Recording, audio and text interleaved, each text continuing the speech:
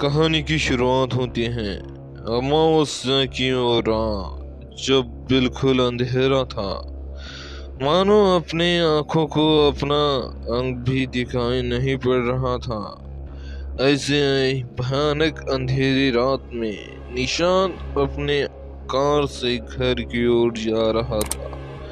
वह जल्दी से जल्दी घर पहुंचना चाह रहा था। तभी उसे रास्ते में एक आदमी काले कपड़े पहने चलता दिखाई दिया। मैं आगे बढ़ रहा था, तभी उसने हाथ दिया। निशांत गाड़ी रोकना नहीं चाह रहा था, लेकिन अचानक वो आगे आ गया। जोर से ब्रेक लगाकर निशांत ने गाड़ी रोकी। निशांत को बहुत गुस्सा आया। निशांत ने कहा, क्या है, मरना है क्या तुझे? वह आदमी साइड वाली विंडो के पास आकर बोला, मरना नहीं, बचाना है तुझे, तेरे परिवार को, तेरे कारोबार को। निशांत को कुछ समझ में नहीं आ रहा था। वो आदमी ने कहा, परेशान है, फिर भी इतना गुस्सा? कारोबार तेरा चल नहीं रहा, परिवार बीमारी से परेशान है, और तुझे नहीं पता तेरे ऊपर मौत का साया छाया हुआ है। निशांत घबरा गया। निशांत ने पूछा, तुम्हें यह सब कैसे पता? आदमी ने कहा, इस अमावस्या की रात में तेरा ही इंतजार कर रहा था। मुझे पता था तू हाईवे छोड़कर इस सुनसान रास्ते से गुजरेगा। मुझे अपने साथ ले चल, आगे मौत का साया तेरा रास्ता रोके खड़ा है। निशान डर गया। उसने उस आदमी को अपने गाड़ी में बैठा लिया। निशांत ने वो गौर से देखा। काले कपड़े पहने वह कोई तांत्रिक था। गले में कई छोटी बड़ी माला पड़ी हुई थी। हाथों की हर उंगली में अंगूठी। उसका रंग भी सांवला था। आंखों में काजल लगाए हुआ था। निशांत ने सोचा, कहीं इसे गाड़ी में बिठाकर कोई गलती तो नहीं कर दी। लेकिन इसकी बातों को सुनकर वो इसे बैठाने से रोक नहीं पाया। निशांत चुपचाप गाड़ी चला रहा था। तभी उसे तांत्रिक ने कहा, रुक जा, यहीं पर वो सामने देख, जिन खड़ा है।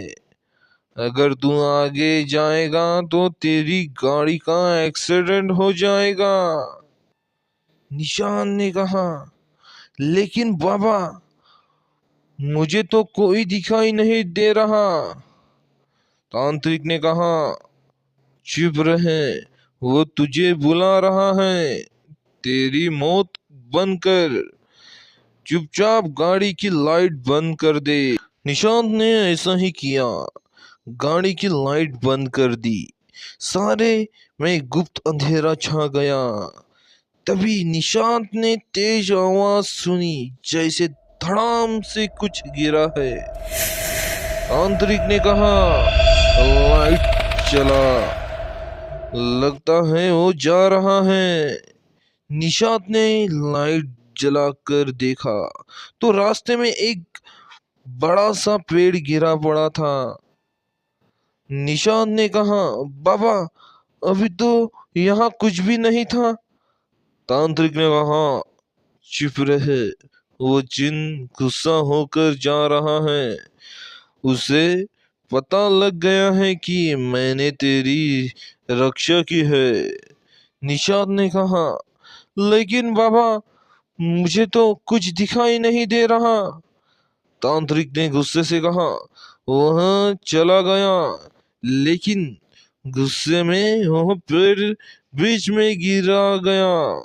यहाँ से गाड़ी मोड़ ले, वैसे भी आगे तो नहीं जा सकते। निशान ने बाबा को धन्यवाद किया कि बाबा आपने मेरी जान बचा ली, बहुत बहुत धन्यवाद। तांत्रिक बाबा ने कहा वो सब बाद में, भाग यहाँ से, ये जिन बहुत शक्तिशाली होते हैं। निशान ने गाड़ी मोड़कर दौड़ा रहा था। फिर वह हाईवे पर पहुंच गया, शहर आने वाला था। तभी तांत्रिक ने कहा गाड़ी रोक दे, मुझे यहाँ उतरना है। निशान ने कहा लेकिन बाबा इस सुनसान रास्ते पर आप कहाँ जाएंगे? तांत्रिक बाबा ने कहा मुझसे सवाल मत कर, चुपचाप घर चला जा, कल रात को मैं तेरे घर आऊंगा। निशान डर के मारे कुछ नहीं बोल पाया और गाड़ी लेकर घर की ओर चला गया। घर पहुंचकर उसने अपनी पत्नी रेखा को सारी बात बताई। रेखा ने कहा सुनिए माँ, पिताजी को यह सब मत बताना, पिताजी पहले से बीमार हैं। माँ जी यह सब सुनकर तो डर जाएगी। निशान ने कहा अरे उस तांत्रिक ने मेरा पता तो पूछा ही नहीं, वह यहाँ तक कैसे पहुंचेंगे? रेखा ने कहा वह सब छोड़िए, आप सही सलामत आ गए, यही काफी है। अगले दिन रात को 9 बजे किसी ने दरवाजे पर खटखटाया। निशांत ने गेट खोला, सामने वही तांत्रिक खड़ा था। निशांत ने कहा बाबा आप आपको मेरा घर कैसे मिला? तांत्रिक ने कहा मुझे पूजा करनी है, तेरे घर में किसी का साया है। तांत्रिक ने पूजा शुरू कर दी। तभी उसके निशांत की माँ तांत्रिक के सामने आकर बैठ गई। माँ ने कहा तुझे भी खा जाऊंगी। तांत्रिक बाबा ने माँ से पूछा किसने भेजा है तुझे यहाँ? माँ ने कहा इस परिवार को बर्बाद करना है। तांत्रिक बाबा ने फिर से पूछा सही सही बता क्या बात है? माँ ने जवाब दिया यह मुझे शमशान से साथ लाया है। तांत्रिक ने कहा कब? उस आत्मा ने कहा इसका दोस्त मरा था, तब यह शमशान गया था। वहां इसके दोस्त के बराबर मेरी चिता जल रही थी। यह जूते पहनकर उस पर चढ़ गया, तभी मैं इससे से बदला लेने इसके साथ आ गई। तांत्रिक बाबा ने कहा निशांत ये सही बोल रही है? निशांत ने कहा हाँ पता नहीं बाबा, एक चिता जल तो रही थी पास में, पर मुझे नहीं पता मैंने कब उस पर पैर रख दिया। तांत्रिक बाबा ने गुस्से से कहा शमशान में जूते पहनकर क्यों गया था तू? निशान ने कहा बाबा गलती हो गई। तांत्रिक ने कहा लड़का गलती मान रहा है, जा चली जा यहाँ से। माँ ने कहा नहीं, इसके बाप को लेकर जाऊंगी।